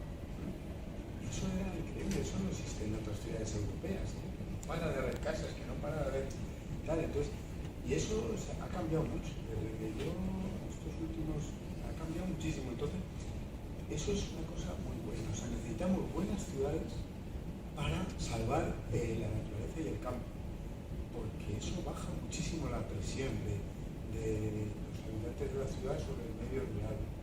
Entonces, es eso también. O sea, necesitamos que cerca tengamos trozos de campo, trozos de naturaleza silvestre, para conseguir que esos bosques que os he dicho interminables que quedan en la cordillera cantábrica y en el Pirineo y en el sistema ibérico sigan ahí. O sea, que son pulmones, ¿no? Pulmones tremendos. Bueno, no sé si sale el tiempo de presupuesto. ¿Se me oye? No, yo viendo el título de Alcobendas frente a la emergencia climática, me parece estupenda la exposición que habéis hecho, pero he hecho en falta qué podemos hacer y qué hace Alcobendas, qué podemos hacer los que vivimos en Alcobendas frente a la emergencia. Una emergencia es urgente e importante. Lo más urgente y lo más importante ahora es bajar las emisiones. De eso no se ha hablado. Por ejemplo, ¿pueden hacer las administraciones algo para bajar las emisiones? Sí. ¿Podemos hacer cada uno de nosotros con nuestro impacto en la vida normal bajar las emisiones? También. Podemos decidir no coger aviones para viajar a otra parte del mundo. Podemos decidir no ir en coche, ir en tren. Podemos decidir ir andando. Todo eso sí que lo podemos hacer. Entonces, yo he hecho un poco en falta que yo creía, pues me he equivocado yo por el título de la conferencia. Perdona, es que falta la tercera parte, que es justo eso, que podemos hacer de manera individual. Pero como los tenemos aquí prescritos ahora, pues si podemos hacerles preguntas y luego, sobre lo que han hablado. Un momento, sí, lo que han hablado. Yo estoy de acuerdo en que las ciudades europeas, mediterráneas, bueno, sobre todo España, lo que nos ha salvado un poco, lo que acabas de decir, es que han sido viviendas, o sea, ciudades de alta densidad, se podría decir, que han dejado liberado mucho espacio. Eso, en las últimas políticas de urbanismo, se está colmatando. El urbanismo del norte de Europa es todo lo contrario. Es mucha vivienda individual desperdigada, su ocupación prácticamente del 100% del espacio natural. Entonces, yo creo que desde el punto de vista urbanístico, la concentración es mucho más sostenible que la dispersión. Por muchos motivos. Por centrificación de recursos, hay menos movimientos, pueden ser verticales pero no horizontales, que es lo que más interfiere en la naturaleza. Luego, en cuanto al paisaje, yo soy urbanista y siempre me planteo el daño al paisaje. Yo voy mucho a Valladolid, cuando entro en la ribera del Duero, se ha cambiado plantaciones de secano, siempre ha sido secano, por plantaciones de regadío y por muchos viñedos que eran de secano, que ahora están regados con goteo. Que sí, puede ser goteo, pero es agua, es un uso del agua que no es para un alimento, no es alimento. Quiero decir y ahora se están cambiando muchos de esos sitios por placas solares, huertos solares. Yo no sé hasta qué punto que es más sostenible, un huerto solar o un huerto de miles de hectáreas de viñedos regados por goteo, lleno de plástico, porque no son tubos de plástico. Quiero decir que el tema del paisaje, el manejar, es que el paisaje, un símil que termino, ¿no? Que no lo es. En el siglo XVII y XVIII, cuando habían los molinos de viento de Palancar y estos sitios, pues supongo que también habría gente, bueno, esto es una monstruosidad. Pues ahora se están cambiando, habrá que hacerlo con tiento y continuo, efectivamente, para mí. Pero ahora se están cambiando esos molinos, que en aquella época seguro que tuvieron muchísimas críticas, los molinos de viento. Ahora no molemos grano, generamos energía. Porque ahora necesitamos más energía, efectivamente, que en el siglo XVII para sobrevivir. Y luego, echado en falta también eso, no sé si en el debate, el desarrollo sostenible. Es decir, nos tenemos que seguir desarrollando. Tiene que haber crecimiento demográfico. Y lo va a haber. Lo tiene que haber. Yo creo que lo tiene que haber. Estancarnos en el crecimiento puede ser un crecimiento demográfico vegetativo, ¿no? Simplemente para mantener la especie. No lo sé, pero para mantenerse la especie, yo creo que no soy naturalista, pero prácticamente todas las especies lo que intentan hacer es cada vez tener más individuos. Eso habrá que darle una solución en cuanto a habitabilidad en las ciudades y en el entorno natural. Bueno, son muchas cosas las planteadas y todas de mucho interés. Yo recojo alguna, también la pregunta por la población la había planteado antes Emilio, así que lo abordamos. Desarrollo sostenible, empezando por allí, ¿no? Me temo que no. Eso es lo que podíamos, o sea, esa es la respuesta que aventurábamos para un mundo que estaba todavía mucho más lejos de los límites planetarios, de nuestro problema de extralimitación, de lo que era el caso ahora, ¿no? Las cosas se han ido empeorando, se han ido endureciendo las condiciones.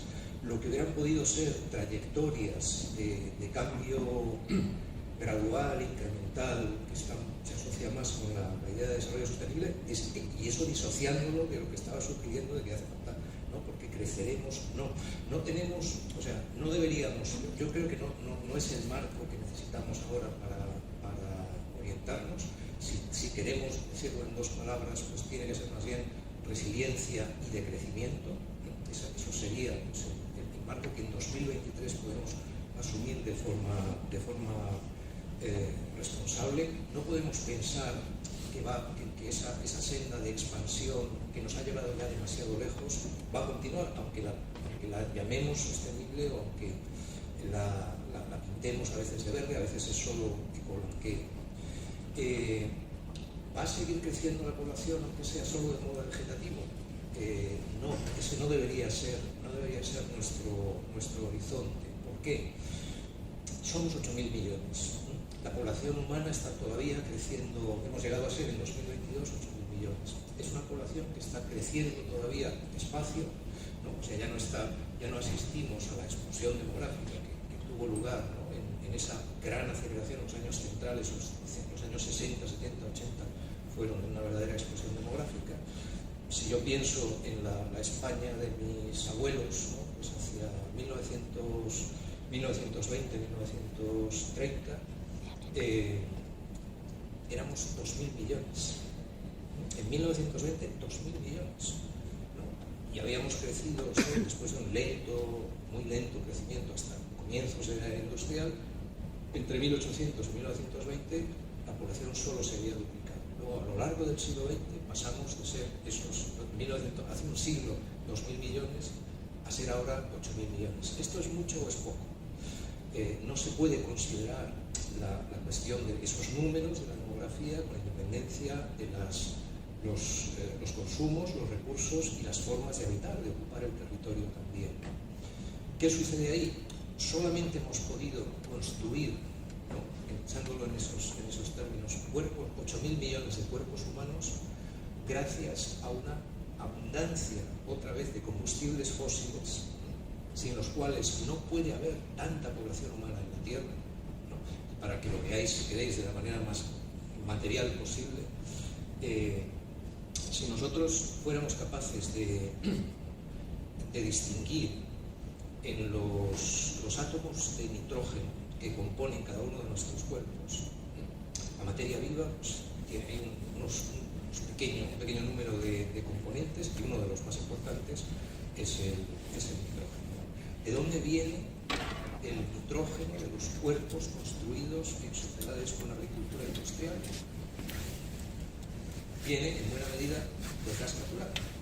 O sea, nosotros estamos, si echamos la cuenta de dónde vienen esos átomos de nitrógeno en cuerpos como los nuestros, según los países, entre el 60 y el 80% tienen esa procedencia a través de la fabricación de fertilizantes de síntesis gracias al procedimiento químico que inventaron un par de químicos alemanes en la Primera Guerra Mundial, Haber y Bosch, buscando mejores explosivos para Alemania en la guerra aquella. Consiguieron romper una de las barreras, ¿no? que limitaba la disposición de nitrógeno para la agricultura. Entonces hemos sido capaces desde entonces, hace un siglo más o menos, de extraer por ese procedimiento químico nitrógeno de la atmósfera y emplearlo para construir cuerpos humanos, gracias a grandes cantidades de gas natural. Estamos ya, el único de los combustibles fósiles que todavía no ha llegado a su pico es el gas natural, pero va a llegar a lo más un decenio. Y luego tenemos la misma senda de descenso que tenemos ya con el petróleo y con el carbón más o menos. Si no vamos a poder seguir construyendo cuerpos humanos de esta manera, a lo mejor no es tan mala noticia que tengamos también una senda lo más razonable que podamos de descenso demográfico. No es la única razón.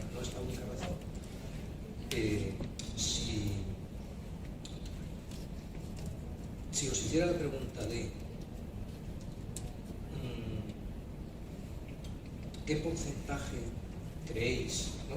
Si pudiéramos pesar, ¿no? Poner en una sola balanza todos los mamíferos terrestres, ¿qué porcentaje creéis en ese trozo de la balanza, en ese uno de los dos platos de la balanza, qué porcentaje creéis que sería el que corresponde a animales no domesticados, ni seres humanos? El 80%. ¿El 80%? Por decir algo. Menos del 3%. ¿En serio? Menos del 3%. ¿No? O sea, seres humanos más ganado y algunas mascotas somos más del 97%. Caray. Lo que dejamos, o sea, hemos ido constriñendo al resto del mundo vivo de esa manera y nos hacemos la ilusión, siendo como somos ecodependientes, nos hacemos la ilusión de que vamos a poder seguir adelante aunque desaparezca el resto de la vida o la minimicemos de esa forma. Es una ilusión, necesitamos una biosfera que funcione, y una biosfera que funcione quiere decir muchos seres vivos de distintos tipos, empezando por los microorganismos. Los niveles básicos de la vida en este planeta son bacterianos. Lo más importante, si nos ponemos así serios, para la vida en la Tierra son las bacterias, ¿no? Cuando Emilio decía la naturaleza siempre gana, el planeta siempre gana, está bien, sí, pero o sea, ¿qué planeta? Pues ha habido muchos estados, o sea, es verdad que la vida va a seguir adelante, pero nosotros estábamos hablando al principio de si ese planeta Tierra va a ser habitable para seres como nosotros o no. Esa es la cuestión. El planeta Tierra ha conocido regímenes climáticos muy diversos en el pasado.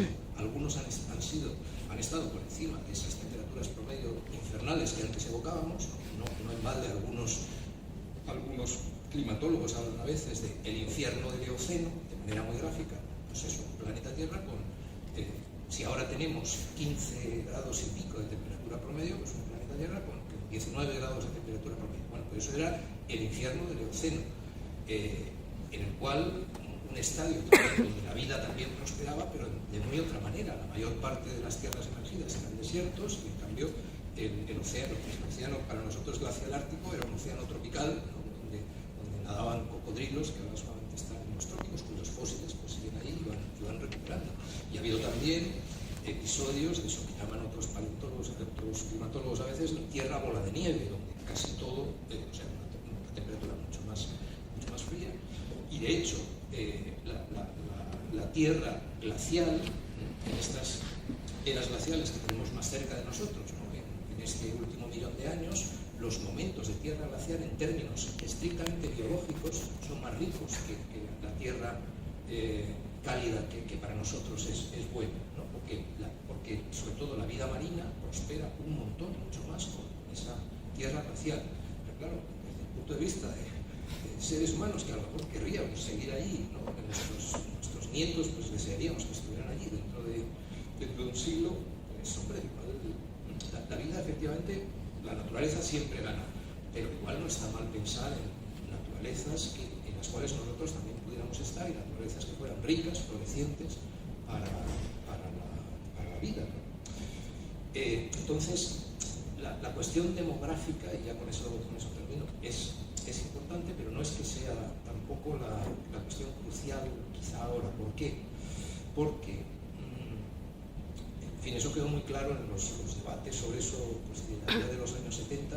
O sea, la manera como relacionamos seres humanos con impactos en la Tierra y los ecosistemas es una igualdad, una ecuación así pues muy sencilla, en la cual el impacto es el producto de tres factores, ¿no? PRT solemos ponerlo, ¿no? Población, riqueza, tecnología, ¿no? Esos son como las tres variables que hacen que nuestro impacto sea mayor o menor. Población está claro, pero luego está el asunto de riqueza en términos de consumo de recursos per cápita y luego la variable tecnológica. En los lugares en los cuales la población sigue creciendo, que ya no son tantos, ¿no? Esencialmente África y ya poco más, donde hay todavía tasas muy altas de crecimiento, el consumo de recursos per cápita es muy pequeño. Quiero decir, hay diferencias de 1 a 100, si usamos, por ejemplo, el consumo de energía, el uso de energía como aproximación al impacto, hay diferencias de 1 a 100 entre quienes menos usan y quienes más usamos. Nosotros no estamos en el 100, pero estaremos en el 60. Entonces estamos en la parte alta.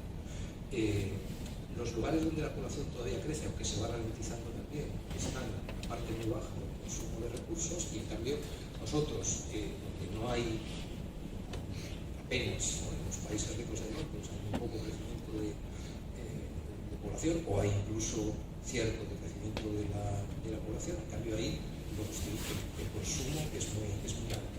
Entonces el impacto en realidad lo estamos causando más a través de los modos de vida que de los números de población.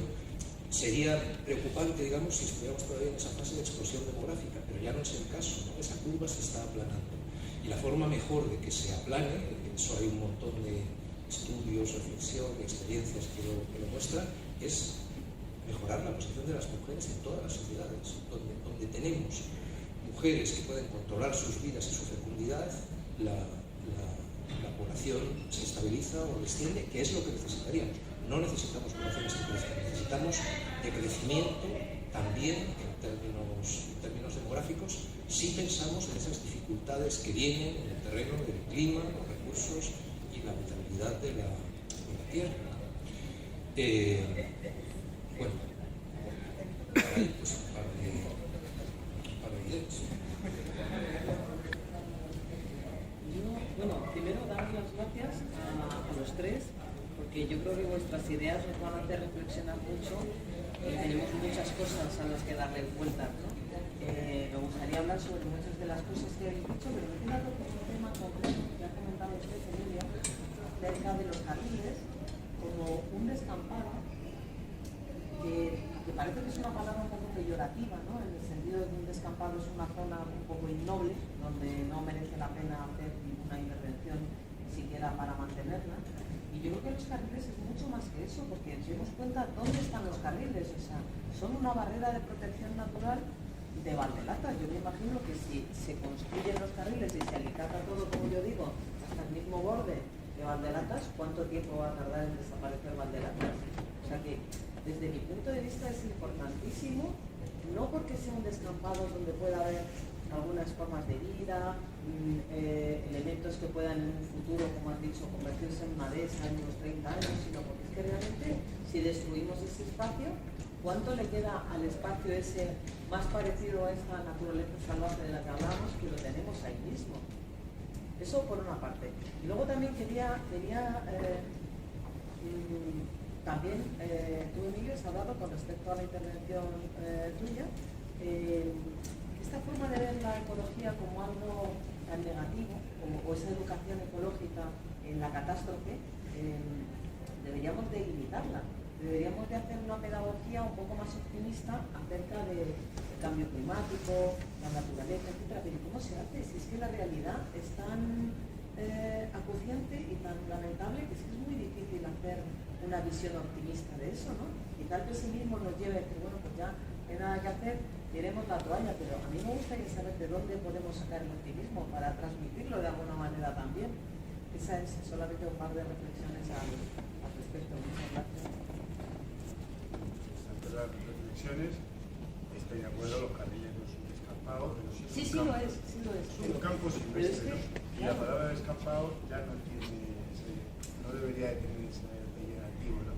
Pero vamos, que es distinto, hay un asalto muy grande entre un trocito que se ha quedado en medio de la ciudad y los carriles que en muchos sitios sorprendentes por su extensión, y podríamos considerar descampados los bordes de los carriles que amortiguan con el medio urbano, pero el resto claro, es un elemento casi de protección de todo el espacio natural que hay a continuación de los carriles. No sé si hay un médico en la sala, va a venir un médico y un psicólogo para explicarnos los beneficios que egoístamente nos interesa tener la naturaleza cerquita, por los beneficios que nos procuran física y mentalmente. Están medidos y calculados. Entonces, dejar eso de lado es olvidarnos, menos medicinas y más remedios de este tipo. Entonces, la pregunta quizás sería cómo llevar a todo el mundo esa realidad que vemos algunos tan evidente y que parece ser que nuestros políticos ni siquiera olfatean, y somos responsables, ha dicho alguien, de a quién elegimos, ¿no? Pero si es que dicen una cosa, o sea, el otro día te oí a ti términos sostenibilidad, bla, bla, o algo así, y estamos cansados, ¿no? de oírles hablar de la Agenda 2030 pastizales, y la realidad es que el único pulmón que tenemos va a desaparecer, con una perspectiva cortoplacista impresionante. Entonces, ¿cómo hacer? ¿Qué hacemos ahí? Porque eso, los beneficios, ya egoístamente, por eso te preguntaba, ¿no? Vamos a hablar no de lo bonito que es y de que los insectos. Vamos a hablar desde el punto de vista egoísta de qué nos aporta a nosotros. Claro, comparar un vertedero rehabilitado que nos ha costado 13 millones de euros con eso que hay ahí, como tú dices, gratis y se mantiene, no sé, es como... Y bueno, y además que siempre estamos como con los árboles, los pastizales son muy interesantes, aportan muchísimo oxígeno, son lugares muy biodiversos también, o sea que estos pastizales que estuvimos viendo por encima, pero se podrían ver en detalle, también tienen mucho valor. O sea que hay que obsesionarse con el tema de los árboles y tal, porque las plantas herbáceas son unos grandes contribuidores al suelo, a evitar la evaporación, a intentar a favorecer el suelo. Y entonces, digo, vale mucho Y hay, incluso el paisaje despejado. hay muchísimas aves rapaces que están por esa zona, supongo yo que precisamente porque al ser un espacio abierto, sin árboles y con un montón de conejos, tienen un lugar ideal que es el supermercado directamente allí. Entonces, todo eso, si se construye, también desaparecerá, ¿no? Porque esas aves no pueden cazar en bandelatas porque está todo lleno de árboles. Entonces, estas zonas abiertas también suponen una ayuda a que estas aves puedan visitarnos por esta zona. Yo creo que la experiencia reciente que ha sido tan determinante para mucha gente, ¿no? del confinamiento con la COVID-19 debería poder activarse en la forma de valorar esos espacios de naturaleza, aunque sean espacios de naturaleza urbanos, digamos, de una segunda categoría en comparación con otros lugares, pero recordad lo que fueron los meses estos y la diferencia que había entre la gente que tenía acceso a algún lugar donde pasear y poder pisar un poco de hierba y quienes no. La memoria es corta. Claro, pero digamos, eso debería debería poder activarse, creo, de alguna forma. ¿Y cómo poder activarlo? O sea, está claro que es un valor tremendo lo que tenemos en las viviendas, con ese espacio natural, no es un escampado, es un espacio natural. ¿Cómo podemos hacer ver a políticos poder ese valor para Alcobendas? No una macro urbanización de pisos de lujo y viviendas a la juventud, que juegan con la ilusión de la juventud, porque de ahí a que se pueda construir, a lo mejor pasa 20 años esa juventud, ya no es juventud, y el futuro de las personas nunca se sabe dónde va a estar, no puede estar aquí o no es previsible. Aparte de que las personas se mueran y dejan su piso, o se puede reconstruir el tema del centro de Alcobendas o otras parcelas, o a saber qué, no, o sea, no es una necesidad de la vivienda como nos quieren hacer ver aquí el ayuntamiento de Alcobendas. Digo ayuntamiento porque políticamente antes lo hacía el PP, cuando gobernaba el PP yo era la gente, soy Ciudadanos, ¿no? Entonces es un juego, es una joya de la corona que tiene el poder y los políticos. Entonces, ¿cómo hacerles ver justamente lo contrario? Que eso es el valor de Alcobendas, es un espacio natural que es los carriles, que a la protección además al monte de Valdelatas, de esa desbollar y sobre todo a la ciudadanía, tanto del norte de Alcobendas, del norte de Madrid, lo más cercano, como Alcobendas. ¿Qué podemos hacer para ello? No lo sé, pero... Vaya hombre. Hay que como volver la cosa de tal manera que sea un orgullo para un término municipal el poseer. Primero, Alcobendas sabéis que se dice que es el mayor, donde más parques hay en la ciudad, 115 escuché, o pico, ¿no? Es un sitio muy especial, lo sabéis, muy consciente. Ahora son de corcho los En el parques. contexto Ahora son de corcho la mayoría. Ya. Sí. Y entonces, bueno, yo creo que una ordenación del territorio municipal es un orgullo de que, pues, que aparte de tener nuestros jardines,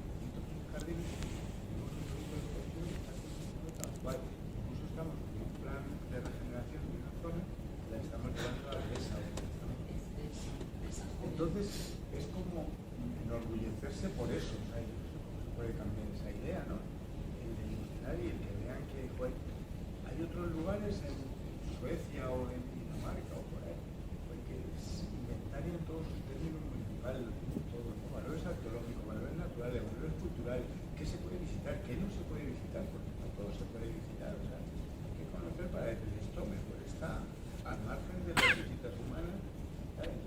Y están orgullosos de su término municipal. Entonces esto es lo mismo, ¿no? En Alcobendas tenemos tantas hectáreas, 200 y pico, ¿cuántas son? 220. Sí, es una burrada, además con unos horizontes que sí, Es una joya. limpio, un horizonte qué cosa más rara, ¿no? Entonces ya te digo, es que lo veo claro, que todos los términos municipales deberían de competir, porque mantienen también una red de espacios de biodiversidad, y a ver cuál mantiene más. Y en ese sentido, quizá asociar, o sea, esto que decíais de los parques de corcho, claro, eso es o sea, una concepción de las cosas que no se da cuenta de dónde estamos, de cuáles son realmente los retos de la hora. Si nos hacemos cargo de la situación real en la que nos encontramos, necesitamos naturalizar esos parques, no seguir. O sea, yo estoy en un campus donde tenemos muchos cientos de metros cuadrados de césped verde mantenido con un riego, que es una chifladura. O sea, ¿cuándo nos vamos a hacer cargo de que nos hacen falta especies xerófilas para los parques y los jardines y parques y jardines que sean realmente sustentadores de la vida? Como también decía antes Emilio, pues es que hay un montón de vida de todos los niveles que puede funcionar y funcionar bien dentro de las ciudades a poco que les dejemos, ¿no? Hace unos días, igual lo visteis, estaban estas noticias así espectaculares, la gente así muy alborotada porque habían llegado dos o tres parejas de búhos reales al centro de Madrid, al Parque del Retiro. Pues bueno, pues claro, eso es el que suceda eso, si tuviéramos una concepción del mundo más ajustada a la realidad, pues claro, sería no la sorpresa solo, sino también el orgullo de estar en un lugar donde la vida puede cambiar. Entonces, quizá asociar los carriles a un cambio también de orientación, de gestión del conjunto de los parques y los jardines, pues sea la vía de avanzar un poco a lo mejor, ¿no? Y luego, por retomar, que era otra de las cuestiones pendientes que se planteaban al principio de la conversación, Alcobendas frente a la emergencia climática y de qué manera actuamos. Y también preguntabas, no sé cómo miramos, Sí, Miguel Ángel, preguntabas también por las posibilidades de acción personal, ¿no? Eso está bastante estudiado, por ejemplo, con los cálculos que pueden hacerse, las herramientas de la huella ecológica, que si una persona, o bien hay políticas públicas municipales, ¿no?, que incidan sobre transporte y alimentación, transporte y dieta, esos son dos variables que reducen hasta las 2/3 partes la huella ecológica personal. O sea, si yo dejo de comer carne o como muy poca carne y dejo de usar automóvil, es decir, paso a la bicicleta y transporte público y dieta básicamente vegetariana, eso reduce hasta 2/3 partes la huella ecológica personal. Eso bueno, está más o menos a nuestro alcance, cada cual puede ir por ese camino, pero también se puede pensar en hay políticas públicas municipales que pueden estimular a que la gente dé al menos algunos pasos en ese terreno, ¿no? Un tipo de políticas pues, que buscan actuar, por ejemplo, sobre los menús en los lugares que controla un ayuntamiento, o sobre las formas de transporte. O sea, por desgracia, una buena parte de encontrarnos donde nos encontramos ha sido ese siglo XX puesto al servicio del automóvil privado, ¿no? Eso no va a poder seguir siendo, por las buenas o por las malas va a cambiar, pero lo ideal sería que cambiase por las buenas, ¿no? Ciudades y pueblos que volviesen a ser para las personas y no para los automóviles.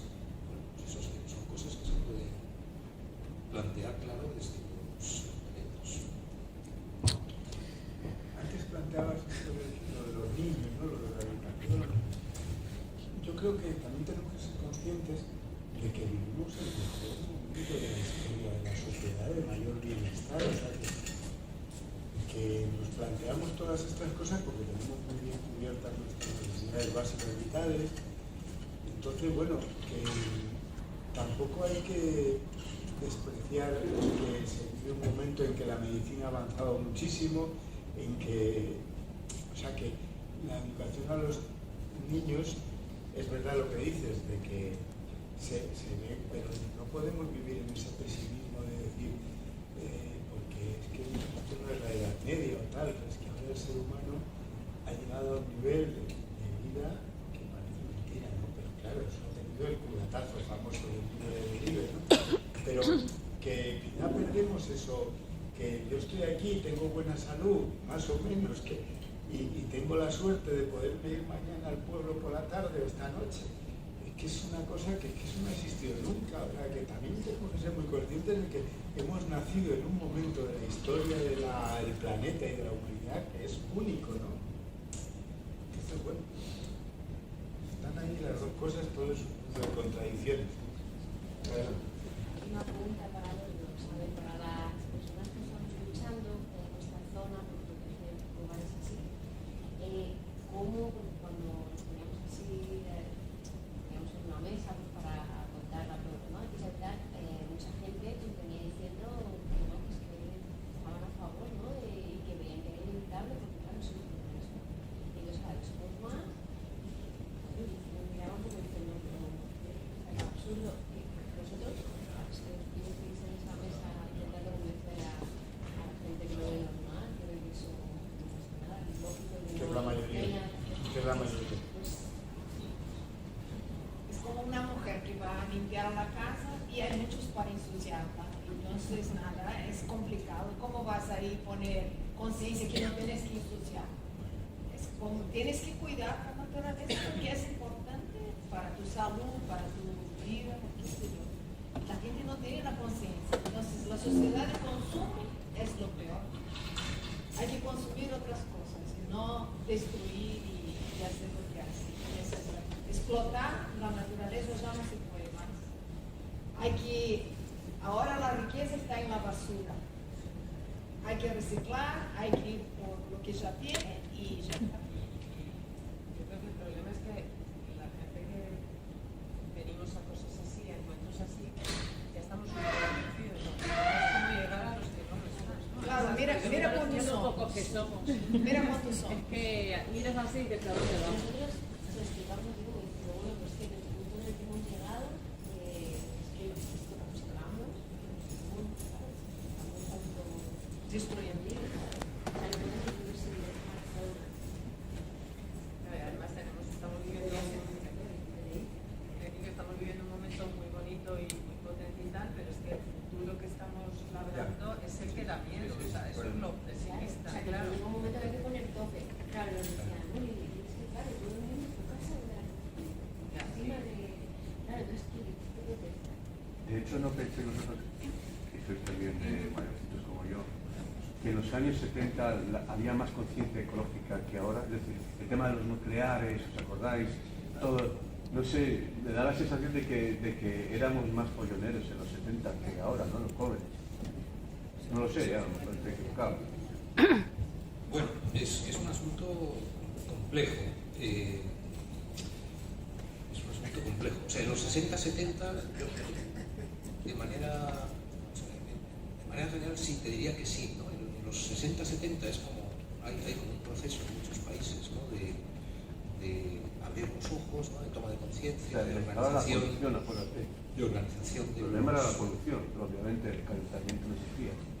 Sí, lo que pasa es que si lo pensamos un poco, el calentamiento global también es un problema de contaminación. Y ahí también es interesante ver que claro, no existía en parte porque no estábamos prestando tampoco suficiente atención, pero bueno, eso ya es otro debate, ¿no?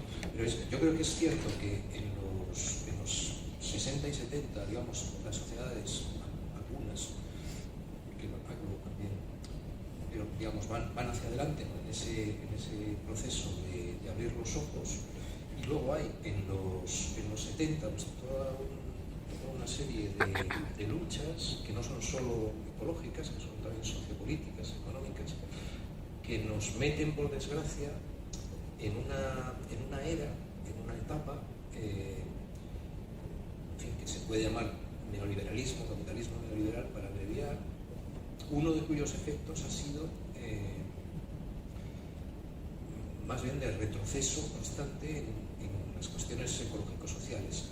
Eso no se ve muy bien, no se percibe, porque en cambio a lo largo de ese periodo lo que sí que hay también, desde los 80 a los 90, pues hay como hay más discurso, y hay más iniciativas, y hay cumbres mundiales, y hay acuerdos. Eso es a lo que estaba antes recordando Esther. Sí, hay un investigador, Engelman, que habla acuñó el término de sostenible bla. Hay mucho sostenible bla en los 90 y hasta ahora, pero en buena medida las palabras, los discursos van por un lado y los discursos de las acciones y de las sociedades van por otro, ¿no? Y yo diría que ahora, cuando preguntabais también toda esa parte de la sociedad, somos sociedades negacionistas, no solo, o sea, no en términos así estrechos, ¿no? Hemos empezado a hablar del término negacionismo, viene de hace ya pues 30 años más o menos, inicialmente de los debates sobre la realidad o no del Holocausto, ¿no? La primera vez que se emplea el negacionismo es porque surgen historiadores revisionistas en Francia, en Alemania, ¿no? Que dicen, no, pues no hubo Holocausto, esto se está exagerando un montón con aquello, murieron muy pocos, la cosa no fue para tanto y tal, ¿no? Ese es el primer uso de negacionismo. Luego hemos hablado de negacionismo climático y bueno, pues eso es un fenómeno pues, que ha sido fomentado por las empresas de combustibles fósiles. Se conoce más ahora, claro, toda esa historia, ¿no? Ha estado abundantemente financiado por algunas petroleras, ha conectado con otros rasgos sociales y culturales, ¿no? En Estados Unidos sobre todo, pues, sigue siendo una fuerza muy poderosa, menos en Europa y en otros lugares, pero hay un negacionismo más importante y más general que afecta a casi todo el mundo, no es solo un pequeño sector de negacionistas climáticos. Como sociedad somos negacionistas con respecto a los límites biofísicos, a ese fenómeno de extralimitación en el cual se encuentran nuestras sociedades. Si eso no se ve de alguna forma, es casi imposible convencer, ¿no? A estos conciudadanos, ¿no? que siguen pensando en esos términos de expansión igual a progreso. Pero no estamos objetivamente no estamos en esa situación. O sea, más expansión hace que ahora vayamos cada vez peor. Y eso lo notamos ya de alguna forma. Tenemos en las sociedades centrales del sistema, tenemos mucha capacidad para arrojar a los márgenes, a la periferia, los peores efectos, ¿no? Pero muchos indicadores están cayendo ya rápidamente y bueno, vamos a sentir más esos efectos también en nuestra vida cotidiana. Ahí es un poco pues como un ir caminando por un sendero muy estrecho, un sendero de montaña, una lista de estas, que puedes caer a un lado o al otro. Si somos capaces de no caernos, pues a lo mejor llegamos de no caernos, quiero decir, pues ni por el lado de condiciones ecológicas, económico-sociales que se deterioren tanto que ya no hay manera, ni por el lado de sociedades que se vuelvan tan fascistas, afuera de nacionalistas, que nos lleven también a un mundo socialmente invivible. A ver si conseguimos avanzar lo suficiente como para que las lecciones de cosas, las lecciones de la realidad que nos van a venir pues con fuerza, seamos capaces de aprovecharlas de un modo productivo. Algunos empiezan a asustar viendo la cantidad de árboles y el calor que va aumentando cada vez más y desde la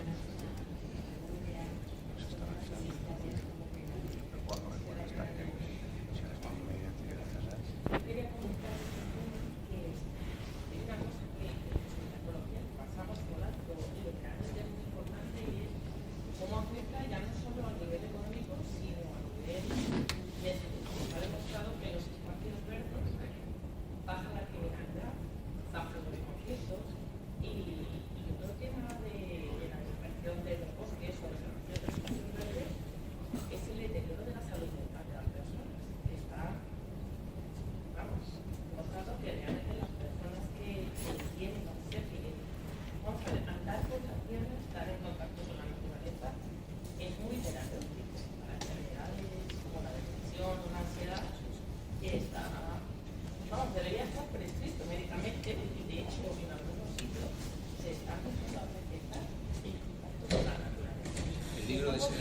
Pavlov que tendrás en tu librería, ¿no? y esa noción de trastorno por déficit de naturaleza, ¿no? Que es algo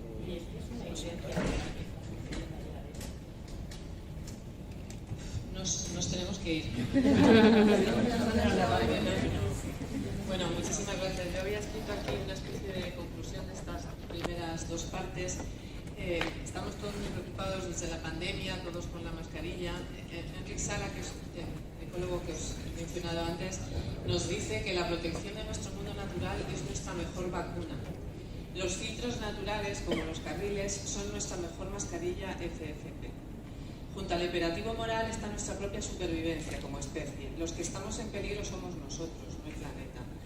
Hasta el 2030, si no protegemos la naturaleza, nos arriesgamos a perder 1 millón de especies y el colapso del sistema que nos mantiene